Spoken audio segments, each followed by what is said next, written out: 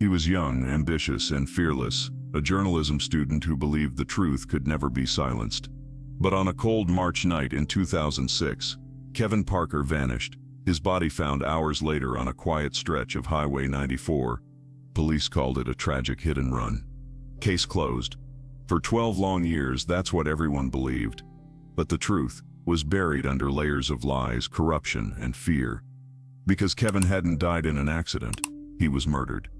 And when new forensic evidence surfaced more than a decade later, the perfect illusion of an accident began to crumble, exposing a secret so deep, it reached into the very institutions meant to protect him. This isn't just the story of a crime.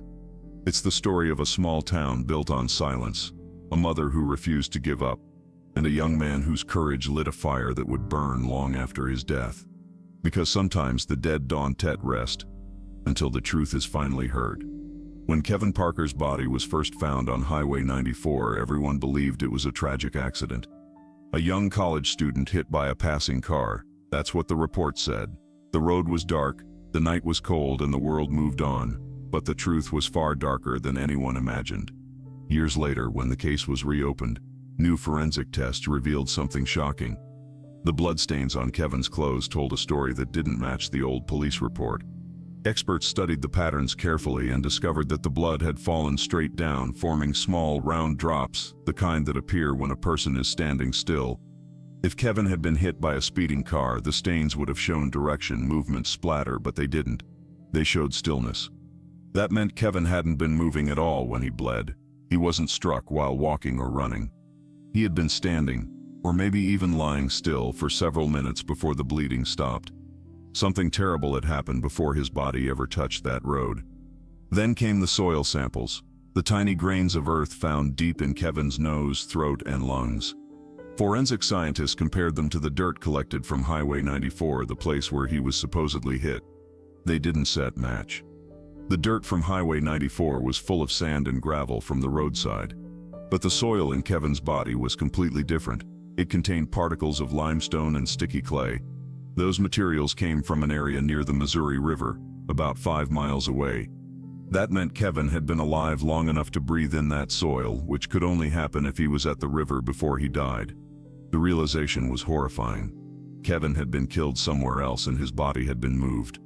Someone had gone to great lengths to make it look like a simple hit and run. But it wasn't simple, it was carefully planned. Dr. Patricia Martinez, a respected forensic pathologist, led the investigation that uncovered these details. She spent months re-examining every piece of evidence that had been stored away for over a decade. Her conclusion was firm and heartbreaking. Kevin Parker's death was not an accident. It was a murder. Dr. Martinez explained that the body showed signs of restraint. Small bruises around the wrists and marks near the neck that could only come from pressure, not from a car crash. There were also fibers from a different fabric found on his jacket, belonging to clothing that Kevin never owned. It was as if someone had held him down, silenced him, and then moved him like an object. The precision of the cover-up told its own story. This wasn't a random act of violence. It was organized. Whoever did it understood police work, how evidence could be hidden, how scenes could be staged. They knew what investigators looked for and how to steer them away from the truth. It was the kind of knowledge that only people with inside access would have. For Kevin's family, these findings tore open old wounds. For 12 years, they had believed their son died in an accident. They had visited the same lonely stretch of Highway 94, leaving flowers and whispering prayers, never realizing that it wasn't the place where he took his last breath. When Dr. Martinez told them the truth, Sarah Parker, Kevin's mother, wept. She said the hardest part wasn't knowing that he was murdered. It was knowing that he died alone, somewhere else, afraid and far from the spot where she had grieved for years. The truth was painful, but it mattered. Every small clue, a blood drop, a grain of dirt, a bruise, began to speak louder than the silence that had buried Kevin's story. Dr. Martinez's discovery didn't just reopen an old case. It exposed a lie that had lived for more than a decade. And beneath that lie, the truth began to rise. The truth that Kevin Parker had uncovered something dangerous, something worth killing for. His murder wasn't random, and it wasn't senseless. It was a warning, one that the people responsible thought would stay buried forever. But they were wrong. Because science had found what fear and corruption tried to hide. And for the first time since that dark night on Highway 94, the truth had a voice again. After Dr. Patricia Martinez revealed the truth, the entire town of Franklin went quiet. People who had once spoken freely about Kevin Parker's accident suddenly stopped talking. It was as if everyone had agreed, without saying a word, to keep their mouths shut. The truth had returned, but no one wanted to touch it.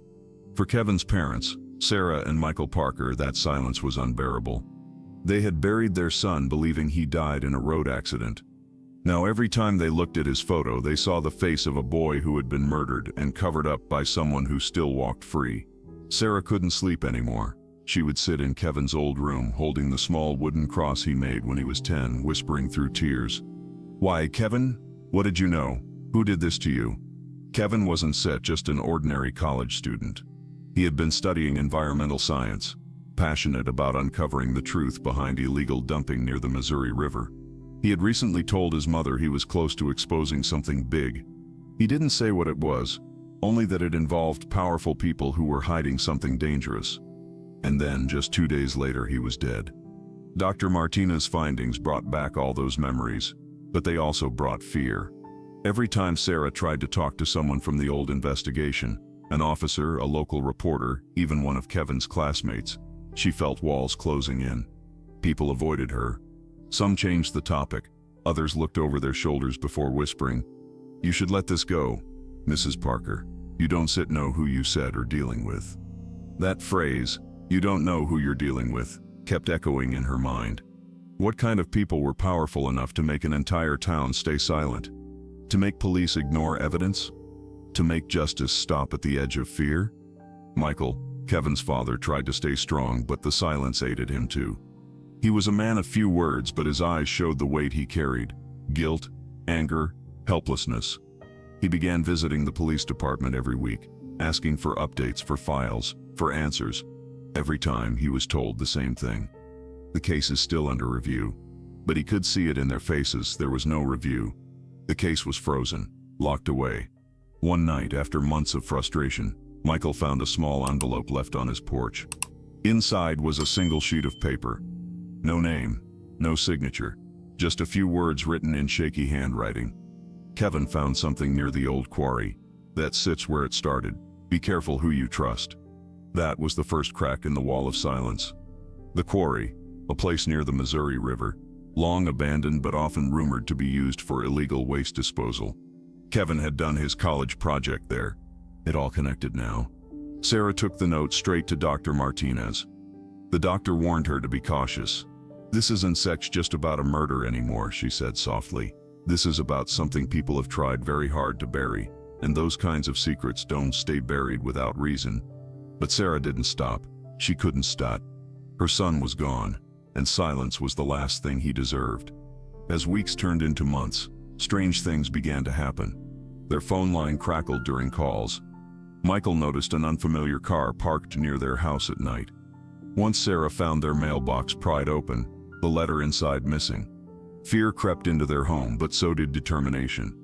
Sarah whispered to Michael one night, "They took his life. They won't take his truth." The silence around Kevin's death was no longer just a lack of words. It was a weapon. It was how the guilty protected themselves. It was how fear ruled a town that had seen too much and spoken too little. But the Parkers were done being quiet. Because silence might protect the powerful, but breaking it could set Kevin's spirit free. And for the first time, Sarah realized she wasn't just fighting for her son's justice. She was fighting against something far bigger, a system built on secrets. The weight of silence was heavy, but she was finally ready to lift it. After the anonymous letter arrived, everything began to change. Sarah and Michael Parker finally had a lead: the old quarry near the Missouri River. That single clue became their new purpose. It wasn't much, but for two parents who had lived in silence for years, it was enough to start connecting the dots. The quarry had once been owned by a private construction company, Riverton Materials, but locals whispered that it was more than just a mining site. Truck drivers spoke of midnight deliveries, barrels sealed with warning symbols, and guards who told them never to look too closely. The company shut down years ago, right after Kevin's death. No one questioned why.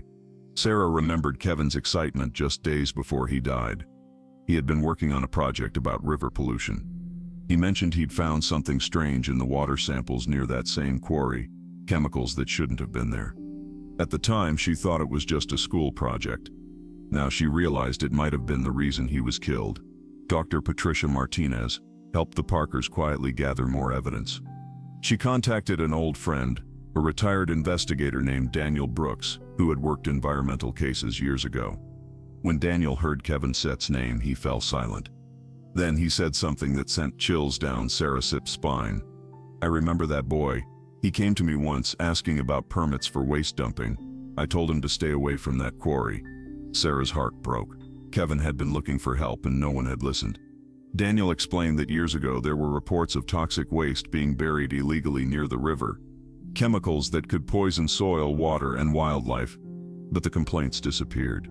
So did the evidence. And the people who asked too many questions either left town or stayed quiet. The deeper they looked, the darker it became. Kevin's college notes, which had been returned to his parents after his death, suddenly looked different now. In the margins of one notebook, Sarah found names: Riverton, Highway 94, and something circled 3 times. MCPD involved. MCPD, Missouri County Police Department. Her hands trembled as she read it. Had her son discovered a connection between the company and the police?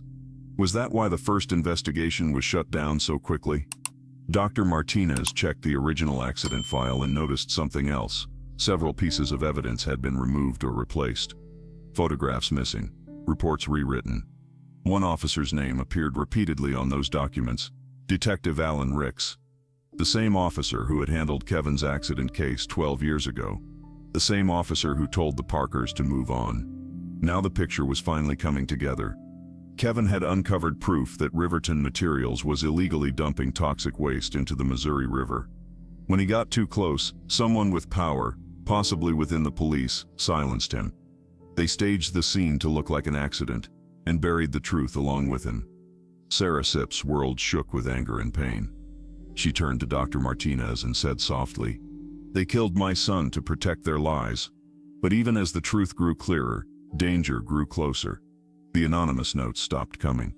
The strange car outside their home returned, but now it parked even closer. Michael began receiving blank calls late at night. Dr. Martinez noticed her lab computer had been accessed remotely. Someone knew they were getting close. Still, Sarah refused to stop. She spread Kevin's notes, photos, and reports across her kitchen table, drawing lines between names, companies, and dates. Every piece fit into a chilling puzzle. A company dumping poison into a river. A young man who found out. A police officer who covered it up. And a system built to protect the guilty. Sarah whispered through tears. They thought no one would connect the dots, but Kevin already did. Now it was her turn to finish what her son started. She didn't set care how powerful they were. She didn't set care how dangerous it became. Because for the first time she could see the truth clearly. And the truth was worth everything. The silence that once protected the guilty was starting to crack. And from those cracks, the light of truth began to shine through. The closer Sarah and Michael Parker came to the truth, the darker the shadows around them grew. But one thing had become certain: their son Kevin had died because he saw what he was never meant to see. It all came together one cold evening in Dr. Patricia Martinez's office. Files, photos, and reports were spread across her desk like pieces of a haunting puzzle. Dr. Martinez looked at Sarah and said quietly, "Everything points to one thing. Kevin discovered a chain of corruption that ran straight through the police department.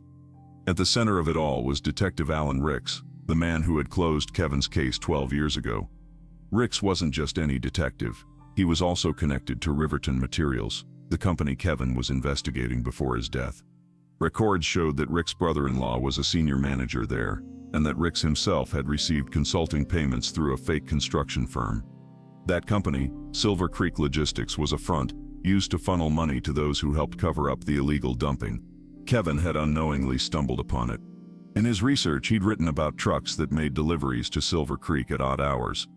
He even mentioned police cars parked nearby late at night. At the time, he probably thought it was strange. He didn't realize it was deadly. Sarah's hands shook as she read Kevin's old notes. Her son had been so close to uncovering the truth. Too close.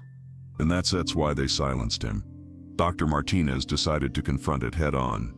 She compiled every new finding: the soil mismatch, the blood evidence, the financial links, the missing police reports, and sent it to a trusted journalist from St. Louis named Emily Reed, known for exposing government scandals. Emily agreed to investigate under one condition: complete secrecy. She warned Sarah, "If this story is true, these people won't stop at threats. They destroy anyone who stands in their way." Within a week, Emily found more proof.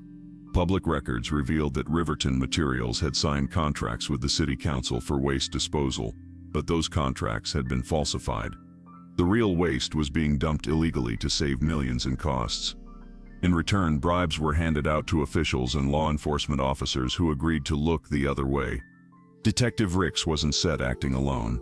Emails linked him to two other officers, Captain Henry Lowe and Officer Darren Cole, both of whom had mysteriously retired right after Kevin's death. Lowe now ran a private security firm, the same one that had guarded the quarry site for years.